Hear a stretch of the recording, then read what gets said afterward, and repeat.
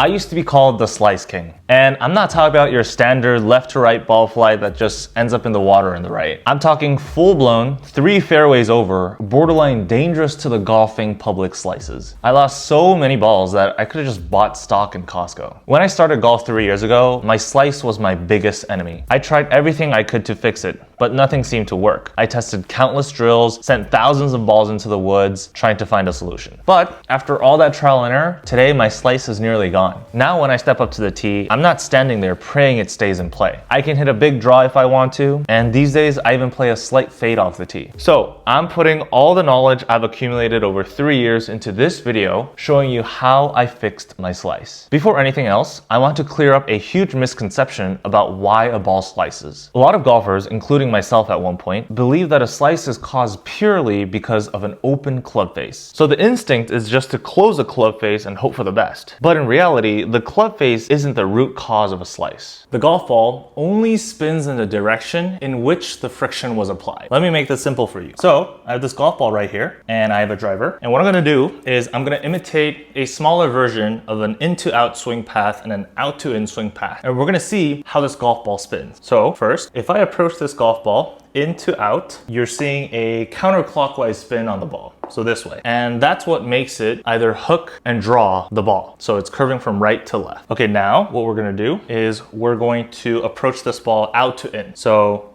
this way.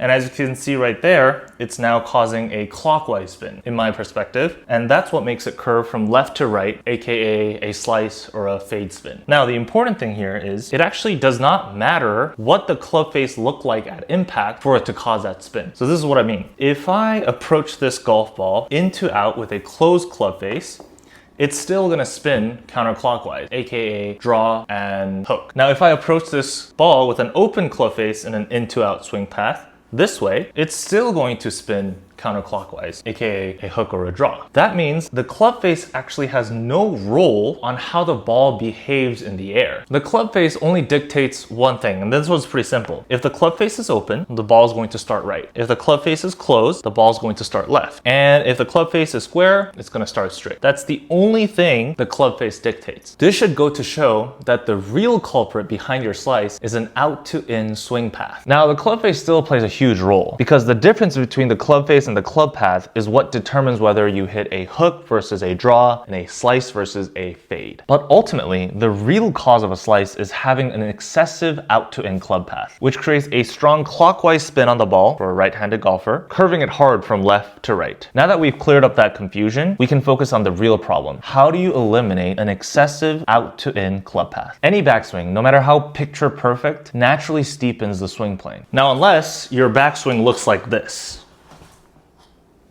One thing that took me forever to understand is I can't just come down on the plane that I went up on because at the top of my backswing, my swing plane is very steep. That means if I just go straight down it, I'm coming over the top every time. And it makes sense. Our natural instinct is to come down on the same plane we went up on, just like chopping wood or slamming a hammer. But we can't just follow that instinct in golf. At the top of your backswing, there has to be a shallowing or a flattening move that helps you escape from the steep over the top plane. This is why every golf coach won't stop talking about shallowing. It's like gospel in the golf world. Now, there are practically a million different ways to shallow a club, but letting my club fall behind me is my favorite. Let me show you real quick. At the top of my backswing, if I let the club fall in front of me, I've just steepened my swing plane, aka I'm gonna come over the top. Versus at the top of my swing, if I let the club fall behind me, that club shallows or flattens. Regardless of what feel works best for you, the key is to shallow in the downswing, getting back to the same plane you had at address as you approach impact. Another major culprit behind the slice, how your head moves in the downswing. The direction your head shifts plays a huge role in shaping your downswing plane. Let me break this down for you with a golf ball and a hula hoop. This hula hoop represents the swing plane that I'm gonna come down and through this ball. So at the top of my backswing, if I shift my head forward, aka in front of the ball like that, look at what happens to my right shoulder. It stacks upon my left and look at that swing plane. It's over the top every single time. Now, the opposite opposite to that, if I keep my head back, right, I get to maintain that left shoulder being stacked on top of my right and this swing plane being that oh so lovely in to out club path. This is exactly why when you watch the pros, it looks like they're fighting for their lives to keep their head behind the ball. Now, there are many other reasons for this, but one major one is that they know a head that moves forwards invites an over-the-top swing path. I know I've been talking about the downswing this whole time, but you know what's as important? The backswing. So there's a phenomenon in the golf swing